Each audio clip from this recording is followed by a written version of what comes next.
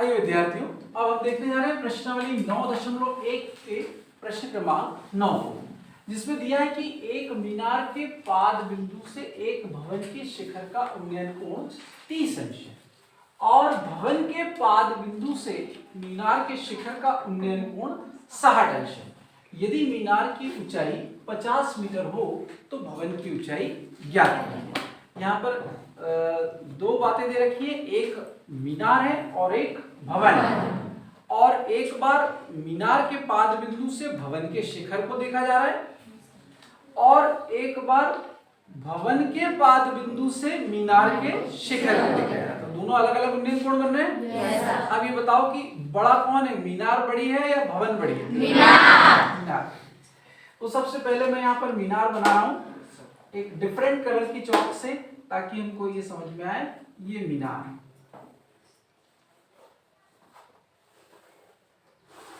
इस मीनार को मैं नाम दे देता हूं ए बी, और उसी के सामने जमीन पर दोनों सेम लेवल पर खड़े, ऐसा मान लेते हैं हम। दूसरी कलर की चौक से यहां पर एक मैं भवन बना रहा हूं जिसका नाम है सी बी। इस मीनार की ऊंचाई आपको दे रखी है कितनी, 50 मीटर। तो हम यहां पर इसको भी दर्शा देते हैं, ये 50 मीटर है। अब मीनार के पाद बिंदु, मीनार का पाद बिंदु कौन सा दिख रहा है यहाँ पर हमको? बी से भवन के शिखर का उन्नयन कोण देखिए कितना है, कितने इंच का है? 30 अंश का। मीनार के पाद बिंदु से भवन के शिखर का उन्नयन कोण कितने इंच का है? 30 अंश। तो यहाँ पर ये क्षैतिज रेखा और इस शिखर से इस बिंदु को मिलाने वाली दृष्टि रेखा और इनके बीच में बनने वाला कोण कितने इंच का हो जाएगा? 30 अंश। ये हो गया 30 अंश का। अब भवन के पाद बिंदु से, भवन का पाद बिंदु कौन सा हुआ? डी।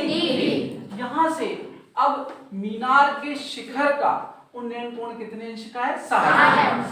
ये हम ऑब्जर्व कर सकते हैं कि यहाँ पर कोण अधिक अंश का बन रहा है, इसलिए मीनार ऊंची होगी, जबकि यहाँ पर कम अंश का कोण बन रहा है, इसलिए ये इससे छोटा होगा।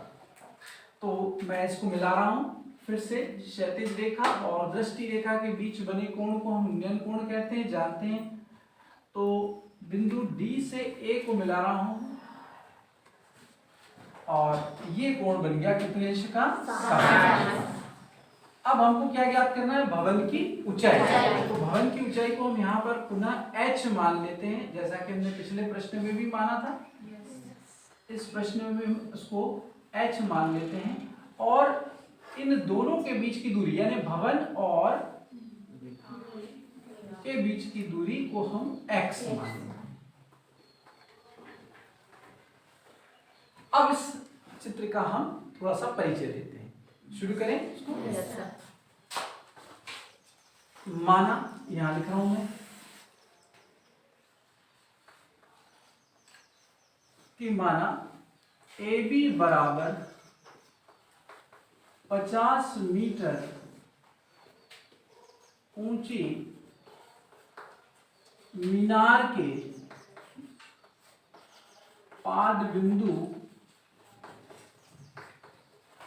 बी से सी डी बराबर h मीटर ऊंचे भवन के शिखर का उन्नयन कोण कितने इंच का है? कितने इंच का है? 30 अंश। एवं भवन के पाद बिंदु, भवन का पाद बिंदु कौन सा है? डी। से मीनार के शिखर का उन्नयन कोण कितने इंच का है? 60 इंच। अब आगे हमने क्या क्या माना और लिख लेते हैं कि बी डी बराबर, ये क्या माना हमने? x। इतना मान लिया। अब आगे बढ़े, अब सवाल को हल करें। यहाँ पर भी हमको कितने समकोण त्रिभुज दिख रहे हैं? दो। एक कौन सा है? ABD सॉरी, और दूसरा कौन सा है? BBC या CDB। इन दोनों समकोण त्रिभुजों में हम पुनः tan की निष्पत्ति लगाकर इसे हल करेंगे। तो शुरू करें। सबसे पहले हम जो ज्ञात जिसमें भुजा है उसको हम लेंगे त्रिभुज ABD। तो समकोण त्रिभुज ABD में यहाँ पर उन्नयन कोण कितने इसका है? 60। तो यहाँ पर अपन लिखेंगे tan 60 बराबर क्या होगा? लंब बटे आधार। हाँ, कर्ण बोल रहा है कुछ लोग। लंब बटे क्या होगा? आधार। तो लंब कौन सी भुजा दिख रही है अपने को? AB। और आधार कौन सी भुजा दिख रही है? BD या DB। अब tan 60 का मान कितना होगा? कर्णी। और AB का मान हमको दे रखा है 50 और BD का मान हमने कितना माना है? अब आगे शुरू करें। x का तिर्यक गुणा करें तो ये हो जाएगा x कर्णी 3 बराबर कितना होगा? 50।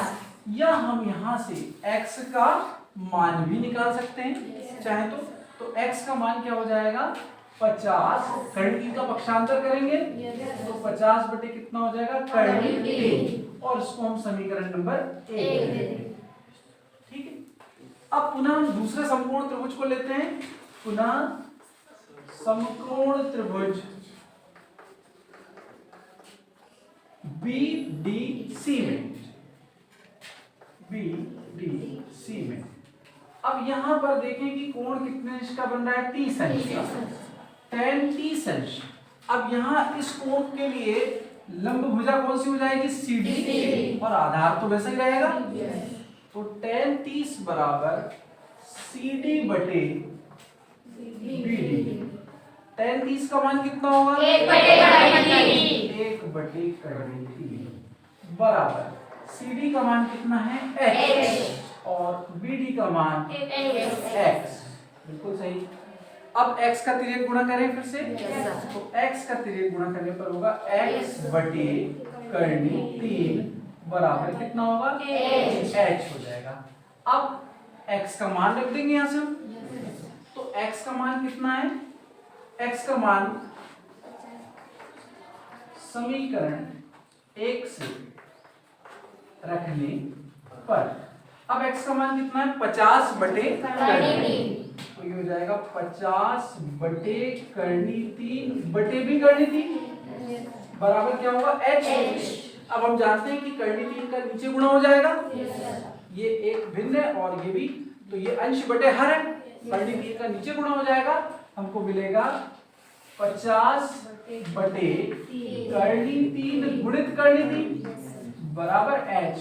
और कर्णी 3 गुणित कर्णी 3 हम जानते हैं सिर्फ कितना हो जाता है? 3। तो हो जाएगा 50 बटे 3 बराबर H। और यही हमारा आंसर होगा। तो हम अतः भवन की ऊंचाई कितनी हो जाएगी? 50 बटे 3 मीटर। तो आंसर लिख लोगे इसको?